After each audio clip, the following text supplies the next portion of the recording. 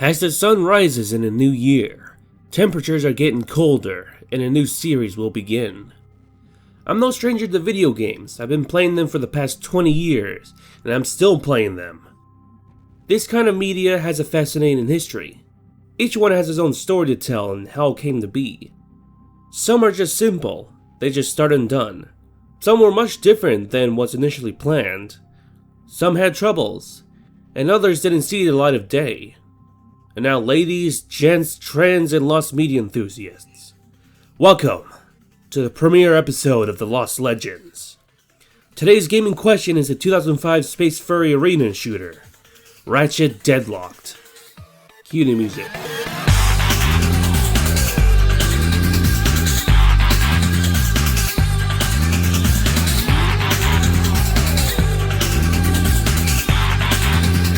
Remember, don't try any of this at home. Go to a friend's house.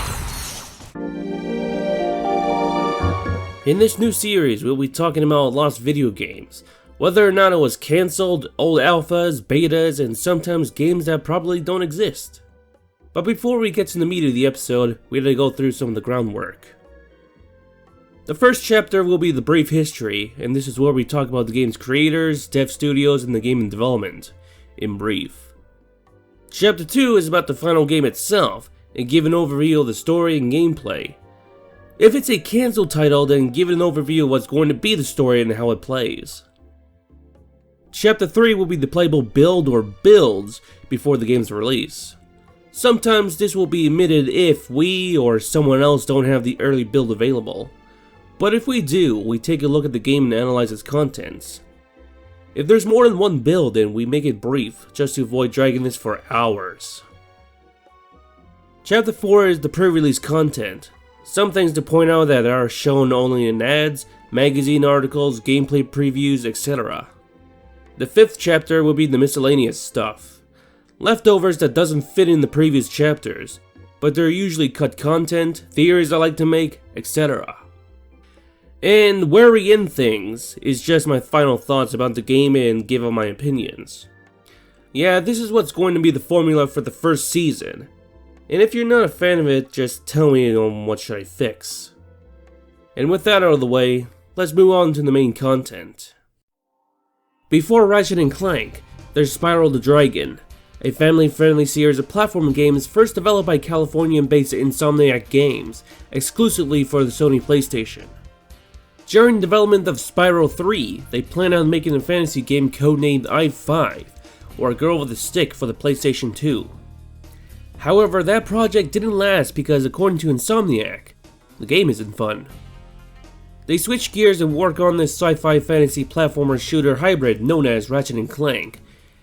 So skipping through the concept and how Ratchet & Clank came to be, the main games involve a concoction of sci-fi, comedy, space furries, James Arnold Taylor, crazy weapons, and blowing everything up to save the galaxy. Also, do I need to mention the creatively named titles? I mean, Full Frontal Assault, The Quest for Booty, and A Crack in Time, formerly Clock Blockers. Anyways, for their 4th adventure after the series went commando and going up your arsenal, they plan on making one called Ratchet & Clank Nexus, where it takes place in a single war-torn planet, with the conflict of 2 alien factions. That was scrapped early on and the reasons aren't clear. However, most of the main Insomniac team are working on the brown filtered FPS Resistance for the then new PS3. A small skeleton crew of the studio had to work on a new Ratchet title for the soon-to-be aging console. Some ideas were thrown around, like being a vehicular combat racing game and a Halo clone. The car combat title was quickly scrapped when they heard that fellow neighboring studio Naughty Dog was working on their own combat racer, and the Halo clone would follow suit a bit later. However, those concepts would later be incorporated in what's going to be known as their 4th Ratchet title.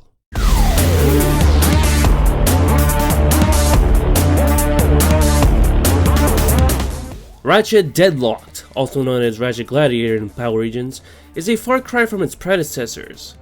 The game is known to be one of the few black sheeps of the franchise due to its tone and gameplay structure. We're talking about its story, the shooter-oriented gameplay, reliable robot companions, and all this while forced to participate in an illegal reality show viewed by trillions of people, and children. In Deadlocked, it's more of a shooter than a platformer, and it shows you by the first second you start moving around. We must calibrate your battlesuit's targeting matrix. First, look over at the holo target on your left. Turn to face the holo target on the right, then fire. Good. Now shoot the holo target above you. All right, Ratchet. Your movement circuit should be in working order now. Try getting to the top of that ledge. In this gladiatorial reality show of Dreadzone, you do travel around many planets. Although they're not as expansive like the other games, but more like bite-sized portions full of hostile robots and creatures to shoot. The objectives here are mostly involve heading to one location, kill a few waves of bad guys, screw on a few things, etc. Sometimes the game throws in a curveball like racing on a hoverbike, rescuing your robotic mates, find the only escape pod, activate some shield beacons before the planet gets bombarded by meteors, and the occasional boss fight. The arsenal of Deadlocked went down to only 10 weapons, comparing to Up Your Arsenal's 22. However, that's fine because with the Alpha and Omega mods, you can turn, let's say, this slow-firing magma cannon into the Space AA-12 complete with freeze mod.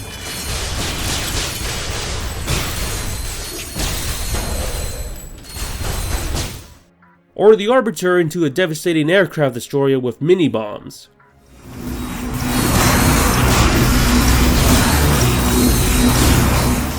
If you want to be fancy, these could evolve into more powerful variants, so you can have endless fire with the Ricochet Dual Raptors, with the Peasant destroying shock mod.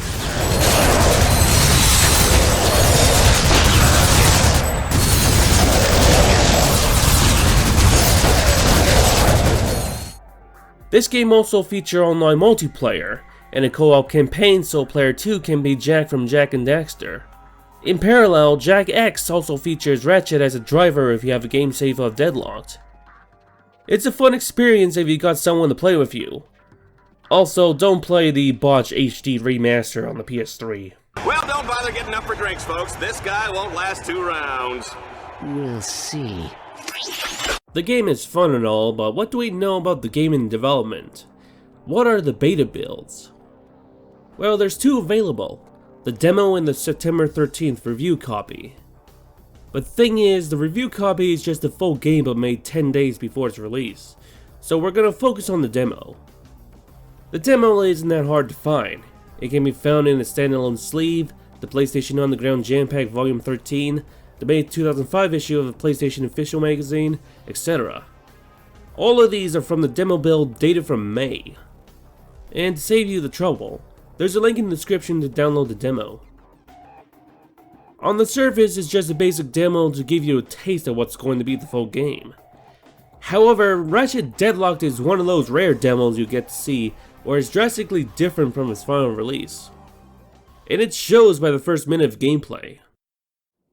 Tonight, on a very special episode of Dreadzone, intergalactic heroes Ratchet and Clank are reunited once again. But will this famous duo have what it takes to survive the dangers that await them in the deadly meteor temple of Shar? The demo begins with you in Shar, which is the 4th planet in the full game, and immediately there are some stark differences. The lack of overlay during the cutscene, the static loading screen beforehand, the different dialogue, and much clearly, the HUD. The HUD is thin and angular, and the XP bar is noticeably harder to see, even back when TV resolutions are 480i. For weapons, you start off the cold planet with the dual Vipers, the magma cannon, the fusion rifle, and the swing shot, known as grappling hook but is completely useless. In the Vendor, you get the V6 Obliterator, the Arbiter, and the Freeze mod. If this is the final version, you'll get the Scorpion Flail and the mini-bomb mods available. Also in the final, Ratchet is wearing the Green Avenger suit, so it's impossible that he sports the default Marauder attire here. The line of challenges are mostly the same, but the Swarm challenge was cut or wasn't made at that point. If you look at the challenges menu, you'll notice there's 5 medals. The pink rank was cut for unknown reasons, but I assumed there was going to be an extra set of planets or a different layout on how medals are given. Completing this mission plays this unused song, and it's groovy.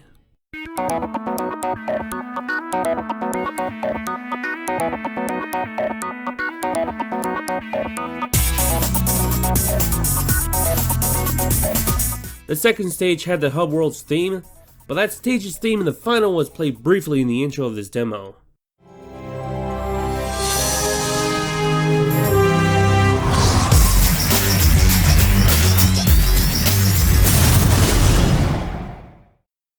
Leveling up your weapons had a different and unfinished screen. You can level these up to level 4, which shows you the evolved model.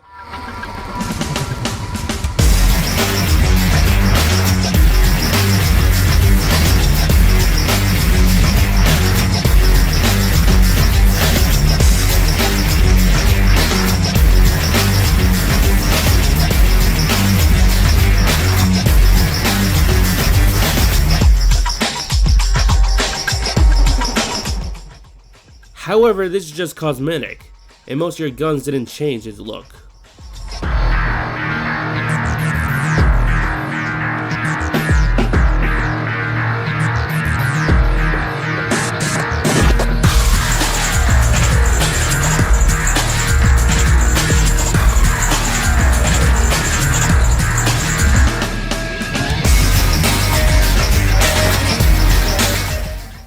There are some other differences in the demo, like the lack of dialogue from your robot companions, the random chatter from Dallas and Juanita. If Ratchet was a tough cookie, what kind of cookie would he be? I'm gonna go with Snickerdoodle. And the game doesn't give you any ammo pickups for the fusion rifle, the bastards. Besides the single player, the multiplayer is just a standard King of the Hill match, but it does include some weapons not picked up in the main demo, like the Tesla Mines, Hollow Shield Launcher, and the Scorpion Flail. There's Omega mods too, but it contains the Lava, Freeze, Acid, and Morph mods. One more thing is the Play movie, which isn't a trailer but a pre-recorded cutscene where Ratchet finishes the calibration bit from the beginning of the game. No music whatsoever.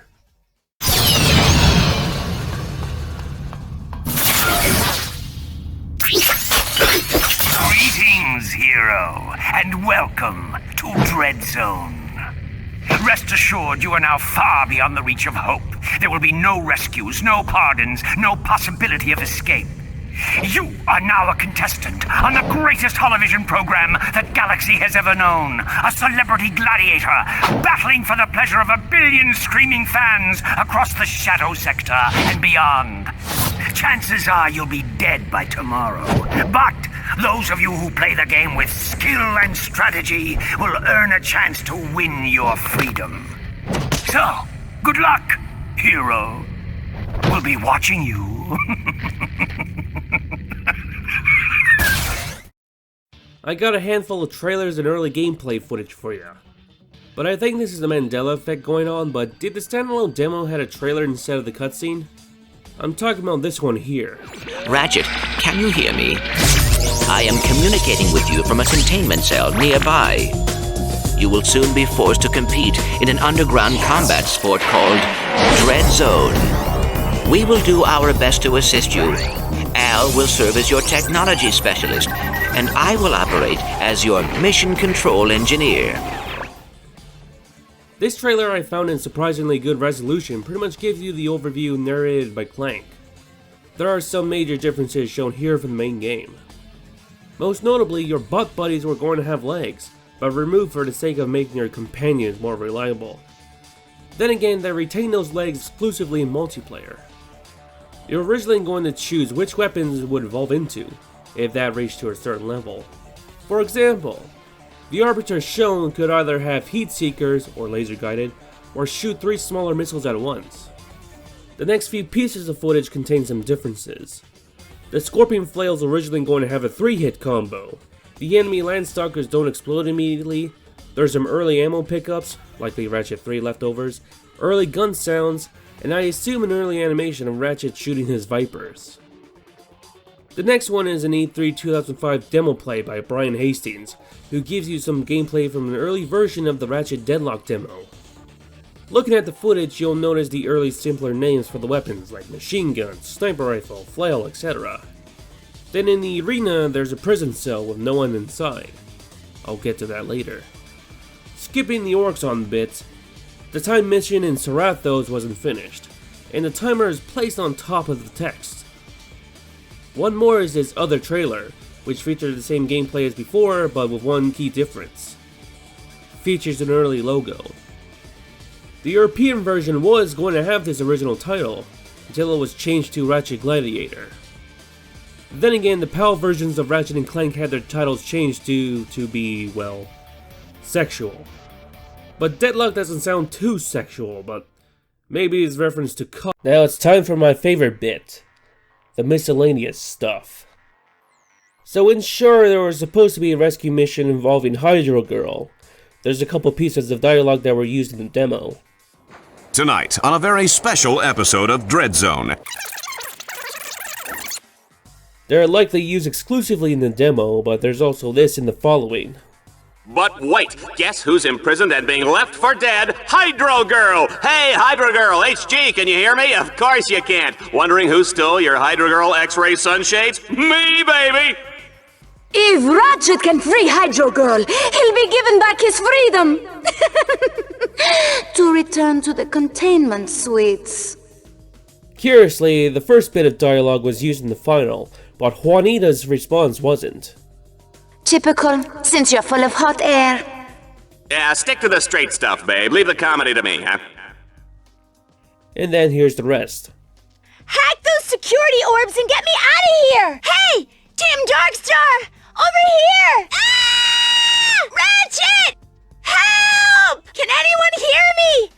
Get me out of here! Thanks, cutie. I owe you one. I thought you'd be taller. Thanks, Ratchet. I knew you'd come through. Hurry, sir! We can't hold him off forever! Looking back at the E3 gameplay footage, the one with the empty cell, this rescue mission was planned to be either the first section of Char, or a scrap final stage where you have to rescue Hydro Girl from the temple. In the playable demo, the security orbs are placed at the edges, not in the center, meaning that it was cut early on. I have another theory that follows the Hydro Girl situation. So during the ending of Deadlocked, Ratchet and Pals had calls from Hydro Girl and Kid Nova, though only Hydro Girl's unused dialogue was known to exist, and Kid Nova remains as a skin. But what if there's supposed to be more rescue missions like having the free Merc and Green in Planet Meraxis? Another is a supposed rescue mission where you have to save Clank in the Ghost Station, but this only existed as an unused cutscene. Clank, are you okay? I thought I was gonna lose you. Oh my, I did not know Lombaxes were so emotional. Well, it's good to see you. Yes, you too. Well, Vox won't be happy when he finds out we're alive, and I don't think he's just gonna let us leave. That is a correct assumption. So, what's next? We should return to the Battle Dome. I have a plan. Let's go. Weapons. Like I said earlier, you are going to have the option which weapon should evolve into. The models did exist in the demo, but even someone used menu graphics that shows the third upgrade variant. So, here's the B6 Obliterator, the Fusion Rifle, Mini Turret Launcher, Hunter Mine Launcher, and the Obsidian Blade Wrench, though the names used in the final but reused the Versa Blade model.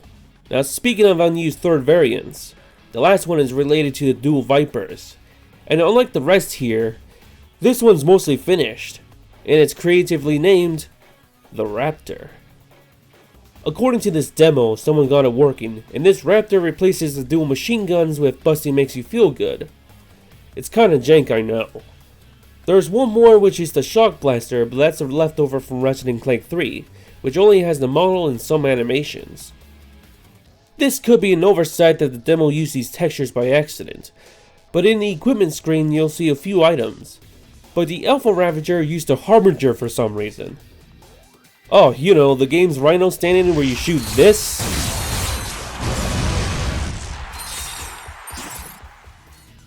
Also, most of these have unfinished descriptions, even the weapons and mods. Lastly, some unused dialogue relates to Ace Hardlight and Gleeman Vox. There's quite a lot of dialogue from them, or related, which didn't make it in. There's a transmission from Clank about the Ace Hardlight statue in Torval.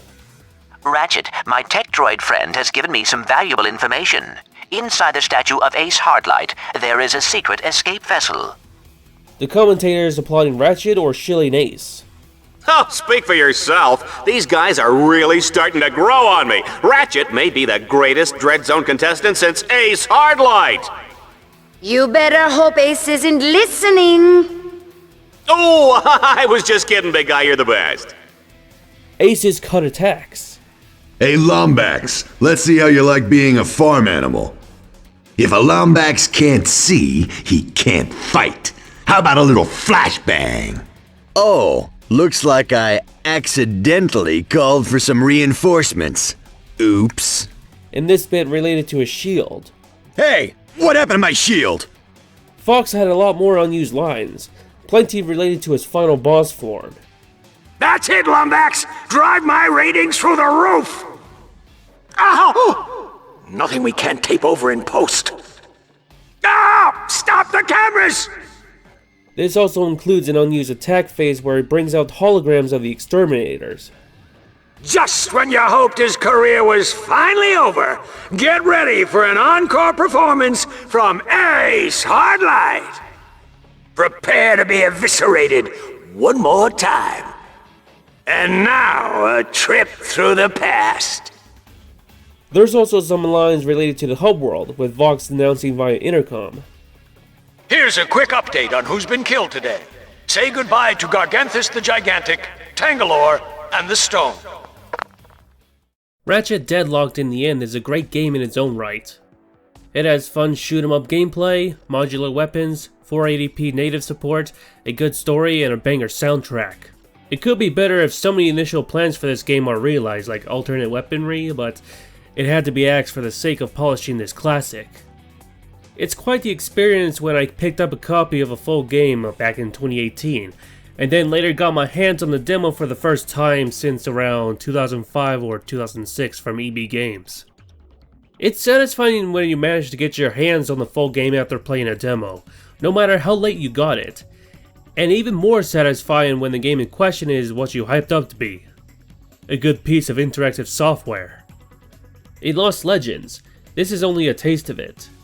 Again, demos and cut content aren't the only things we cover.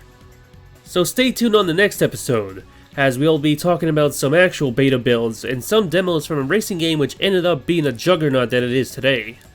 This is going to be a thing, but I'll manage to keep it going. So if you like it, how about you leave a like? If you're interested, subscribe and follow the White Rabbit. Also make sure you join in my Discord for some more shenanigans. And in the meantime, I'll see you later. Bye.